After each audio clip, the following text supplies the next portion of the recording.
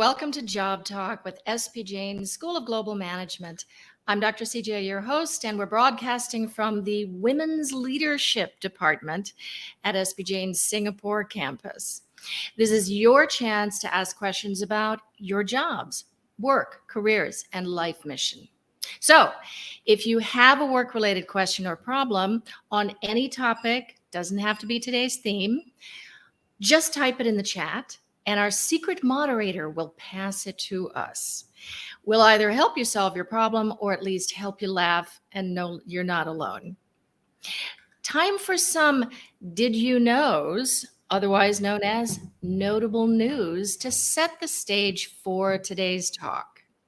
So, secret moderator, are you able to show us the slides? I'd love for everyone to have a visual, but if we can't do that, then I will talk you through some of the notable news. And 3, 2, 1. Okay, I'm live. I'll be alive. All right, this is from IBM's Women Leadership and Missed Opportunities Department. No, that's not a department. That's just the name of the series. Gender equity and the bottom line. This should be interesting. Organizations experience a 61% higher rate of revenue growth when they designate the advancement of women as a top business priority, see gender inclusivity as a driver of financial performance, and fully support making changes to achieve gender equity. Interesting about the pipeline potential. When a woman sits in the corner office, that organization's talent pipeline is filled with 23% more women than other organizations. How about pipeline as a priority? Among women CEOs, 72% say their organizations have made the advancement of more women a top formal business priority. 83% of men CEOs say, advancing women is not a priority, but they try to do it when they can. Totally different perspectives. The real kicker is this one. I saved the best for last. The shrinking pipeline. All right, so college-age workers in the US, women are 50%. This is cool, not bad. When we get to junior professional level in companies, I'm going to give you the 2019 figure and then the 2019 to 2021, everything went down. So I'll give you the 2021 figures. Junior professional level in companies, 35% are women. Senior professional, we're down to 30. Middle manager, whoops, we went down to 23. Senior manager, 20%. This is like an auction going the wrong way, going down instead of going up. Vice president or director, down to 15%. Senior vice president, 13%. C-suite professional, 10%, and executive board, 8%. Now, according to Harvard Business Review, among Fortune 500 companies, 8% are led by women. And let's throw another thing into the mix. If it's women of color, 1%. Okay, now for those of you who love math, I know I do.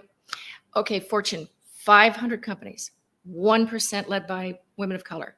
That sounds like 5 women in a world of how many billions of people? I'll let you do the math. So my guest today is Mukta Arya, Managing Director and Chief Human Resource Officer of Societe Generale. And our theme for the day, you guessed it based on the stuff I've been saying, women in leadership. First of all, welcome, Mukta, and thank you so much for being with us on this very special day. Hi, Dr. CJ. It's a pleasure to be here, and I'm looking forward to our conversation. Oh, super. Me too.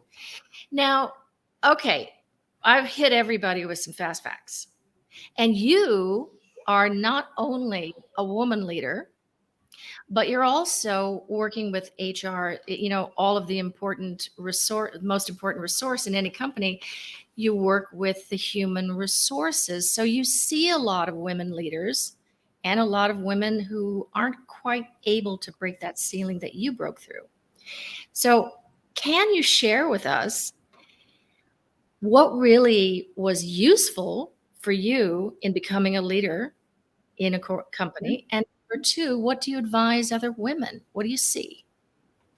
That's actually Oh, three questions. So you can talk now for about half hours. it's a number of things. I've been with my current organization, Societe Generale, for the last 17 years, actually. So it's my longest stint. And I Wow. feel that for women, but for anybody else to grow in an organization, apart from your consistent performance, because it's important, that for me is bedrock, is bottom line. Sorry, it's the baseline that you need to have. Yeah. You also need to have an EQ is really quite important. EQ, networking skills, really knowing how the organization works. And for that, it requires resilience, it requires perseverance, because nothing comes to you, on a platter, whether you are a male or a female. And we really need to be we really need to be patient, because sometimes organizations go through ups and downs. But if you are able to stick on to the organization when they are down, then you also get to reap the rewards when things are going better. And for me, I think this has happened, that I've been with the bank for some time, really working, knowing my domain, which I think is very Mhm. important, Yeah. continuous learning. And I think the moment when we stop learning and we think we know everything, that's the end of Ooh. any career. So so I think that is quite important, that you continuously move with the times which are there. Really connecting with people internally and externally, it has been quite important for me, and it has helped me in my career. you know because people, when they know you, when they trust you, then also they give you chances to grow in the organization. And I think that is Mhm. extremely important for anybody. Yeah. uh, Can I yeah, interrupt just for a moment? sure, You sure. mentioned your connections inside and outside. And earlier you mentioned networking. And I Yes. remember seeing a study that showed that when men network, they tend to network inside their organization. So when they go to another organization, they have a big dip in productivity because they don't have their network. They didn't bring it with them. Whereas Hmm. women in organizations, they tend to network outside. So when you hire a woman, she's not going to have that dip. But all the advantages of networking within the organization, especially upwards, she doesn't do as much of that as the men. Have you seen that in your 17 years at Societe Generale? Oh, for me, I think it also depends on personality of people. So people like, for example, I'm an extreme extrovert according to my Myers-Briggs profile, and Hmm. for me, it's easier to connect to people internally and externally. And I think for me, I do internally as much as I do You externally. do both. And I think it's very important, because when you do internally, you are building that web of network, which is not Yeah. with an agenda, but generally really getting to know people and keeping in touch with them on a consistent basis. It's not like when you need them, that kind of thing. Yeah. But Yeah. externally is equally important, because you know the people, you know what's going on in the market, you are attuned to things that are changing, and then you can adapt. So for me, it's a mix of both, not one over the other. Yeah. So the external contacts will help you in your profession and help you deal with the marketplace. The internal connections will help you be productive and help you advance in that particular place. Yeah, because when there is trust between the people internally, then your work related issues get sorted out much more easily. So it's Yeah. very important to build that trust in any organization. Can I ask this about your networking internally? You said, don't just make a connection with someone and then dump them. You have to keep in contact. Now, how do you keep in contact with your contacts without like being a real time waster, just being one of those people who says, "Oh, can we have coffee?" And you suck up half an hour, 45 minutes of somebody's time with no agenda or work to be done.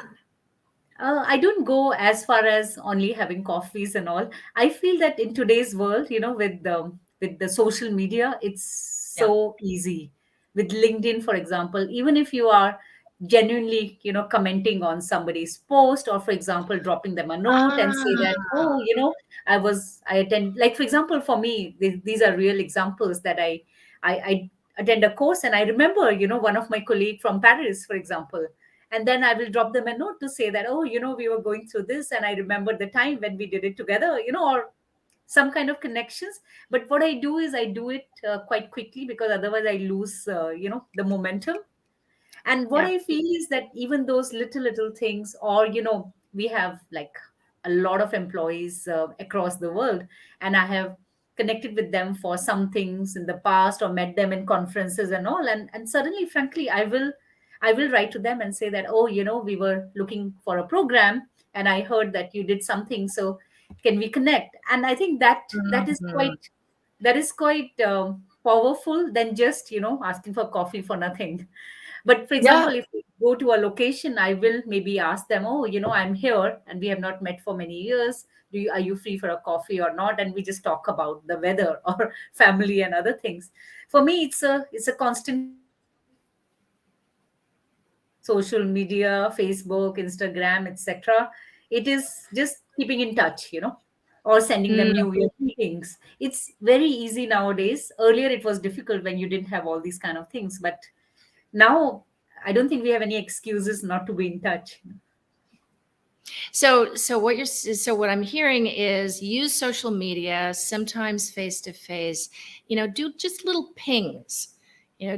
not big time wasters. And what I've heard from other experts on networking is that you don't just reach out to get something from people, reach out to give them an idea. Oh, I thought of this and this might help you, or to connect other people in your network. You don't have to be the center to all the connections, but you can be a connector helping them connect. Yes, connector So, is an important one. Yeah. yeah. So how is it that some women really feel stymied and blocked, and yet you have made it to a very senior level? What's the difference? It's I would still say resilience is one of the most important Mhm. thing, where you are really able to take the downturns with the upturns. That is important. Having a positive attitude, because I mean, frankly, if I don't believe in the organization, or I get blindsided by when people are talking negative things, and Yeah. I refuse to go down on, like in the downward spiral. I think that is quite Mhm. important, that you need to have that kind of an optimism, which again, it's a cautious optimism. It's not like completely, I'm not completely fooled by what is going on. I'm You're a not growth person. crazy, Yeah. but you see the positive and you can make use of it. And for me, it's a question of more positives than negatives, because nobody is perfect, no organization is perfect.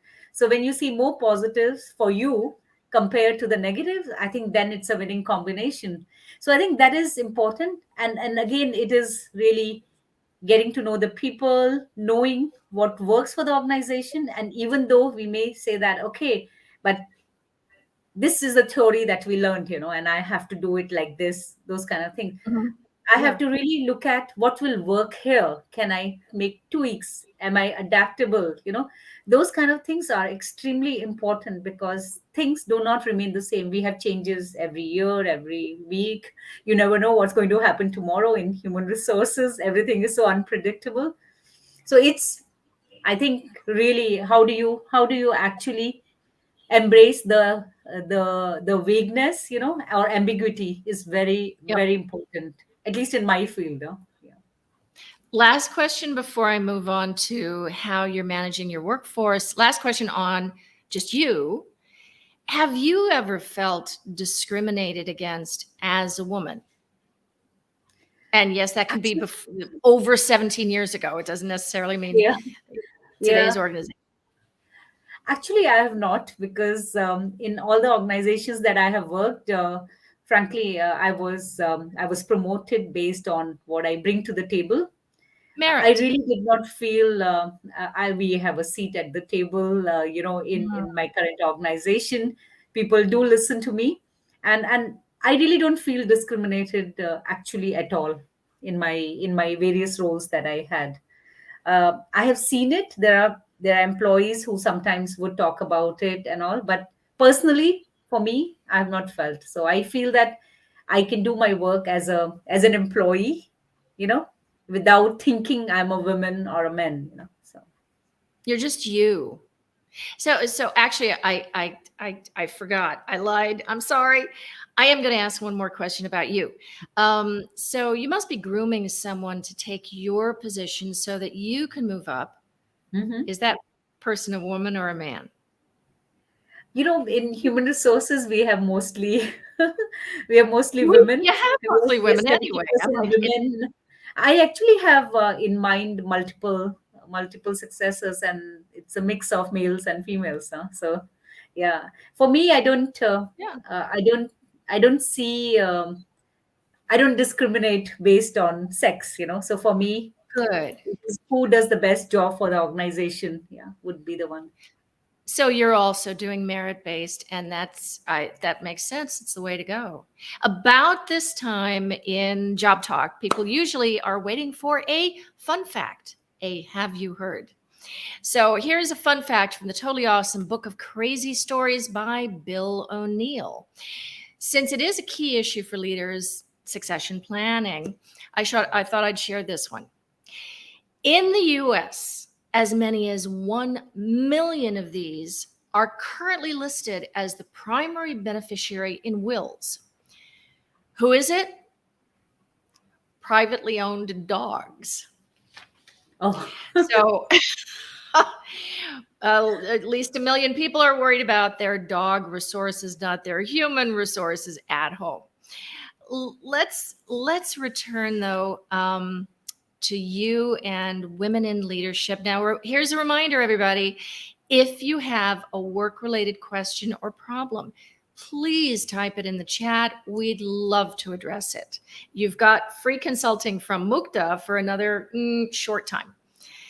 So, how about shifting to the organization? How are you ensuring that women are treated fairly and are included and making it up to the leadership ranks in your organization?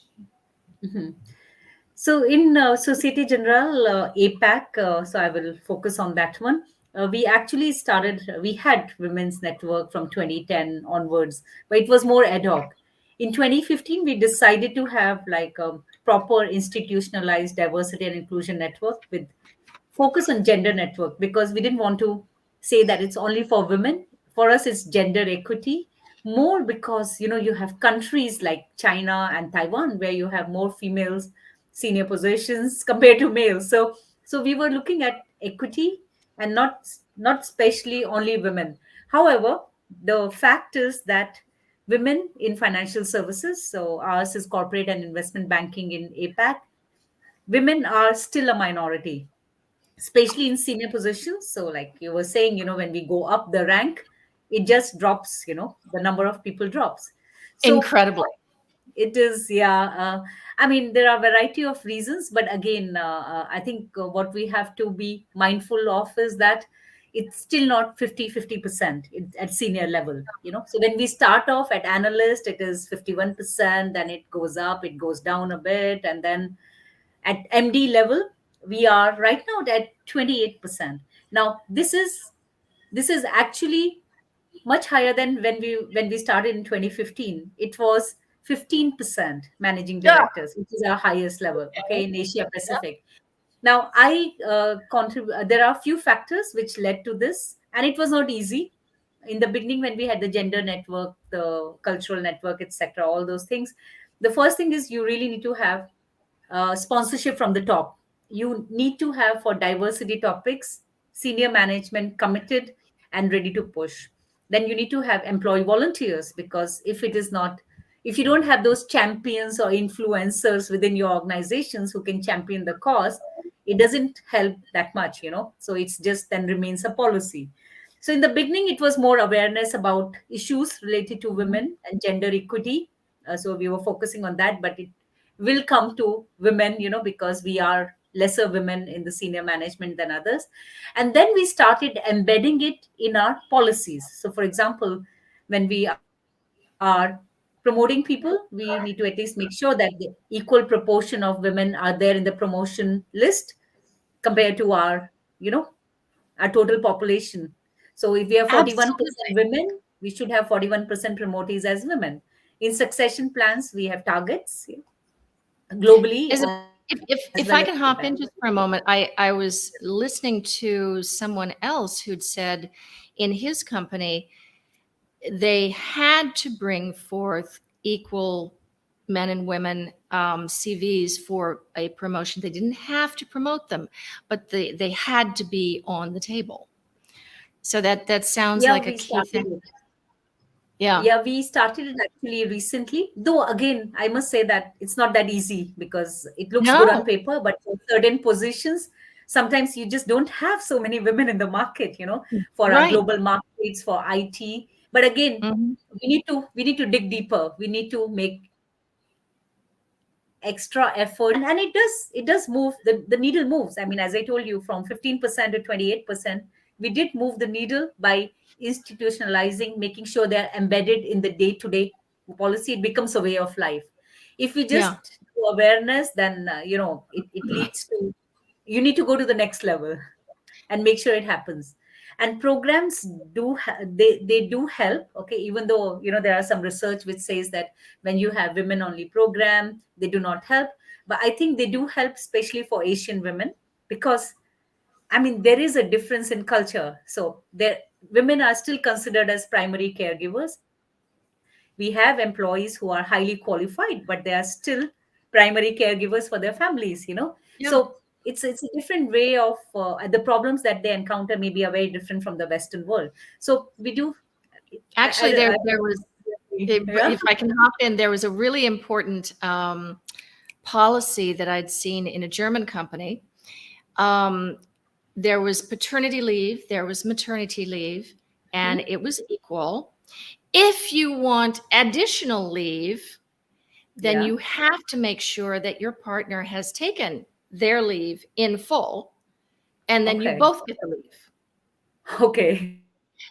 Which is quite, yeah. So companies can, yeah, companies can do a little bit of re-engineering of society and of families, of your personal circumstance, Yeah. and the carrot of more time off, I think, is worthwhile.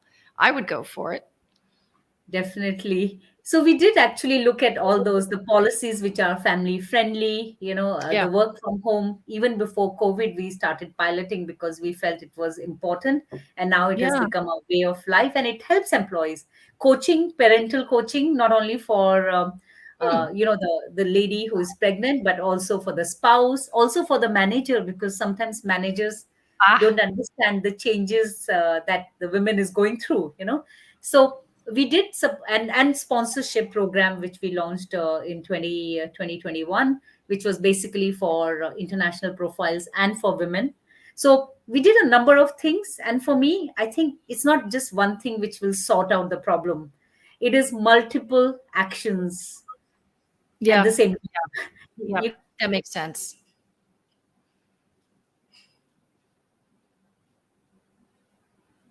which will say that I feel managed to make some difference, to our gender network objectives that were there. And finally, I think now, after 7 years of that, I feel that it is something which is very much on the mind of managers. They think Mm, about it systematically. I mean, most of them, I would not say everybody, but systematically, when we have compensation review, they do look at the gender pay gap, because we do have the data. And I think it's extremely important that this is adhered to strictly, because otherwise you cannot move the needle. It's yeah, consistent efforts. Yeah. not gonna have. I Speaking of women in leadership positions, Have you seen, or do you yourself feel about your own style? Do you think women have a different style of leadership to men? It is. It could be either way, frankly, because there are some women who can act like men, and then but there are. I think Yeah, there is some of them act way something. more manly than men. Yeah, and then can be very strict and stringent. Oh yeah. But I do feel that women leaders bring the softer touch, frankly. The different perspective, being females, I think there is a different perspective which comes from being a mother, sister, daughter, or whatever else you can have. I do feel that there is a difference. And when we are talking about various topics, women leaders do bring up some really interesting ones, because they are looking at it from different angles. um, and I do think that they should retain it. Yeah, and they should be feminine, because it brings a lot of value to all the topics that we have. You're bringing to mind a study from the Center for Creative Leadership on empathy. So some of what I think I'm hearing is that women are very empathetic leaders, or have that style just on average. Their study showed that businesses led by CEOs with a great deal of empathy actually do better as businesses. The financial performance is higher. And that relationship between empathy and business performance is even more profound in high power distance cultures, Hmm. such as Asia. You find a Yeah. lot of that around Asia. So it sounds like research is backing up what you have just seen, Hmm. that women are a little more empathetic and empathy is connected to better business results. So don't give up your style when you reach the Yeah. leadership level. Integrate it usefully. Yeah, I completely agree, because when you're genuine, you can that kind of which people can see. People can understand, when you are pretending to be somebody else. you know and Authenticity. I can smell it. yeah, and frankly, pretending something is very difficult. You get tired and then stressed out, etc. So for me, genuine leaders, people can feel that warmth, the way people talk, the way they actually make decisions and all. And for me, I think genuineness is extremely important to be an effective leader and impact the bottom line. Yeah. Absolutely. Do you have any particular amazing stories that you've encountered as an HR leader, helping people to move up, or mistakes people have made? Do any stories come to mind? I don't know whether they are like big stories and all, but Little but ones there are. do. It can be Huh? very insightful. Okay, so frankly, I've encountered a number of women in my organization, past and present, where women really, even though they are extremely competent, they doubt themselves quite a lot. Where they will say Oh that, boy. oh, I'm this position is there, I would like to apply, but I don't have these skills, and maybe 2 years down the line I'll be ready for it. And Oh, many a times I have to tell them, no, you already fit the bill. It's just few things we always learn. Otherwise we will never be able to do things. So and I see it, I can tell you, uh, many times. And so many times I would speak to the women and say that, no, please apply for the position, because for me you are an extremely good candidate. But we do have many cases like that, where women have a little bit less confident, maybe 50% less mhm. confident than men who would apply for the same position. And it is the truth, huh? And I've seen that in people applying for jobs, not for promotions, but just applying to get into a company. Women will apply if they meet all of the requirements. Men will apply when they meet about half.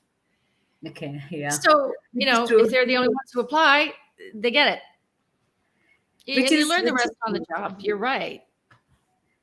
Yeah, so I think those kind of stories are pretty prevalent.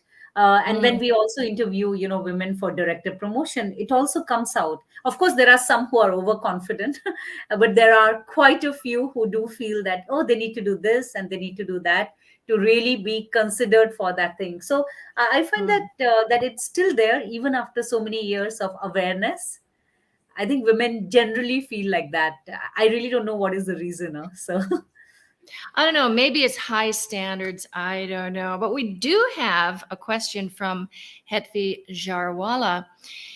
Mukta, could you please suggest a career path or a master's course for an HR graduate who's interested in business and psychology field from India, who wants to pursue a career abroad in Europe? So there's a lot packed into the question. yeah.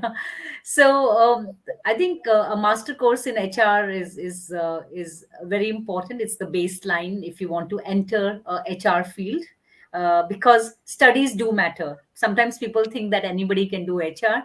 I do think that it's a mix of science and art. So you do need to have understanding of how human resources psychology works. So for me, I think it's important that you're doing psychology. If you want to pursue your career abroad, for me, I would think that first you should work in India, okay, in for a few years, get that application of the knowledge that you have acquired from your master's course, yeah. And then easiest thing is to get transferred from your same company. So I did the same. If I would have applied directly to a position in Hong Kong, I don't think I would have got it, because there are plenty of people who are available, and normally when you have done HR, etc., people want to look at people who are from the same country.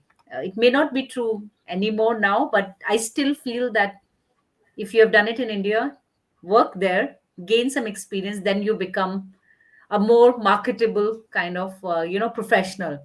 And if your company can transfer you after 2 3 years, it's the best, because when you move with the company where you have worked and they know you, they will, and if they give you an offer somewhere, you will have the time to learn. Whereas if you join a company directly in a foreign country where you know nothing about, then people are looking at you and then saying that, oh, but this person does not know this, so you don't have the learning curve which is there.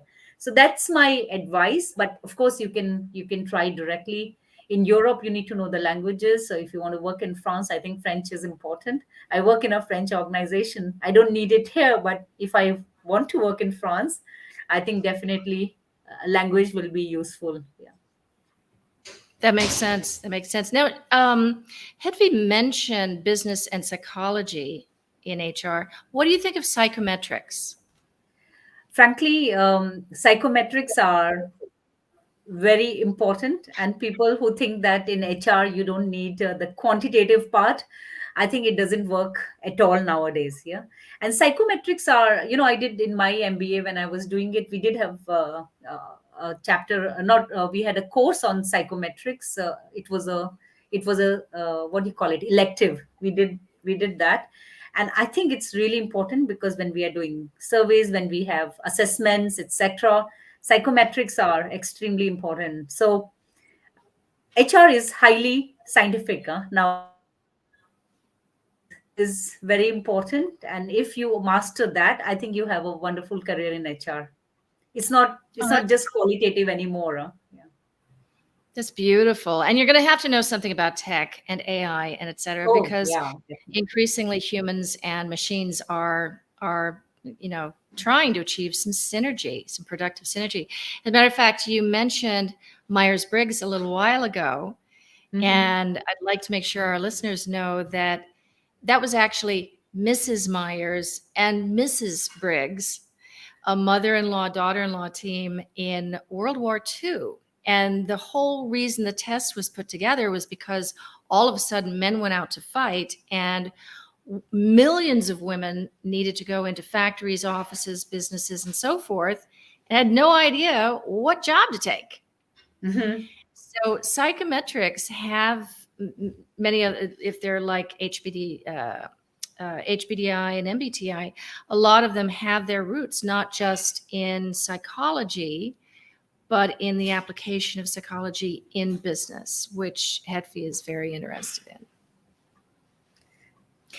So now, if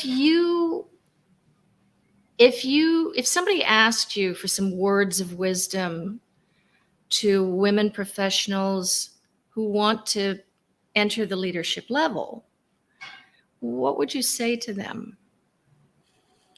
I don't know about words of wisdom, but I would Oh, don't be recommend. modest. Don't be overly modest. No, no, not that, because frankly, I think word of wisdom is a big term.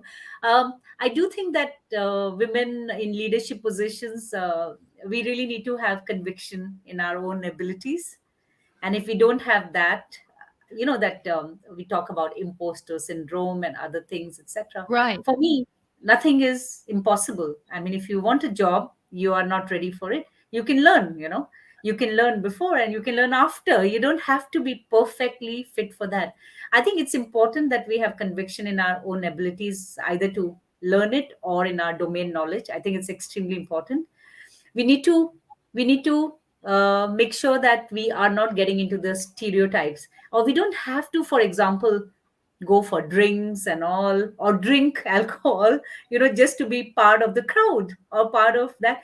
It is not necessary. You can still drink orange juice and still be in meetings, or still be in drinks parties where you are networking with people. So for me, again, it's important to be true to yourself, your authentic self. You don't have to pretend to be somebody else. If you like to wear big earrings and you're working in a very stiff kind of environment, I mean, do it. Otherwise, you will feel completely, constrained and claustrophobic there. So, for me, I think it's important to be true to yourself, really be resilient. I say this again because even though people started talking about it more, during COVID and other things, but resilience is extremely important. You will have ups and downs in your personal life, professional life, and all. Are you able Can you to say really? the word failure? You Yeah. will fail. You will fail, and yeah, how do you get up, after that failure? Now, I'll get up. it's like, when I was growing up and I was learning, my sister taught me how to ride the bicycle, and I would fall down so many times before finally I learned it. But if I did not fall down, I will never learn. So so there are those things which are important, and I still think continuous learning is very important for women leaders or for anybody else. And having really mentors, informal, formal mentors are important, because sometimes you do need to have sounding boards who can talk to you. It could, it could be mentors, Should, but it could should also the, be your best friends, huh? should the mentors be men who are higher up in the organization, or should they be women? I mean, how would you, if there are a lot of women higher up in the organization, you can't impose upon every woman leader to mentor 100 women under them. Do you go outside for a female mentor, or do you stick with a guy inside, or what the hey? Take both. I think it's both. It depends on whom you click with, because even if you may have many people in your organization and you may think they are very good, but you may not have the chemistry.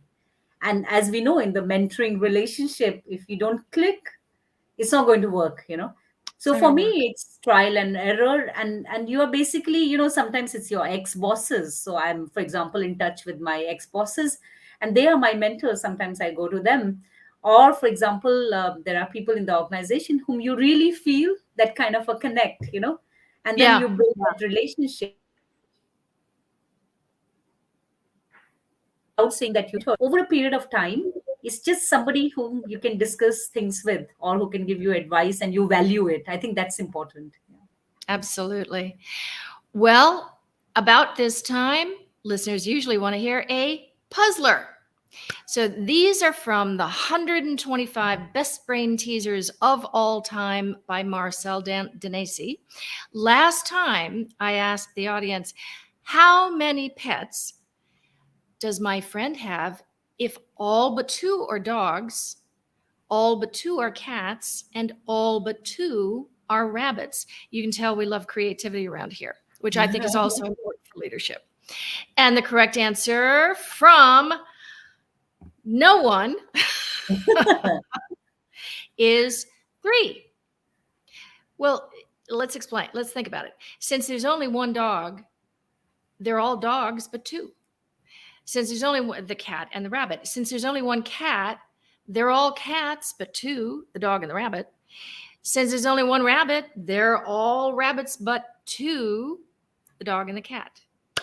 So today I thought I would give you folks this one because it features a clever woman. Before they're blindfolded, 3 women are told that each one will have either a red or a blue cross painted on her forehead. All right. Now, when the blindfolds are removed, each woman is then supposed to raise her hand if she sees a red cross and to figure out the color of the cross on her own head. Oh my God, this is getting complicated. Now, here's what actually happens. The 3 women are blindfolded and a blue cross is drawn on each of their foreheads. The blindfolds are removed. After looking at each other, the 3 women do not raise their hands, of course. After a short time, one of the women says, "Oh, our crosses are all blue." How did she figure it out? Now, if you think you're as clever as this woman, then just send your answer to this week's challenge to jobtalk@spjane.org. And remember, as Albert Einstein said, logic will get you from A to B. Imagination will take you everywhere. Well, it's happened again. You have squandered another perfectly good hour listening to Job Talk. Thank you so much to our esteemed guest, Mukta Arya, and we'll see you next week. Thank Next you, month. everyone.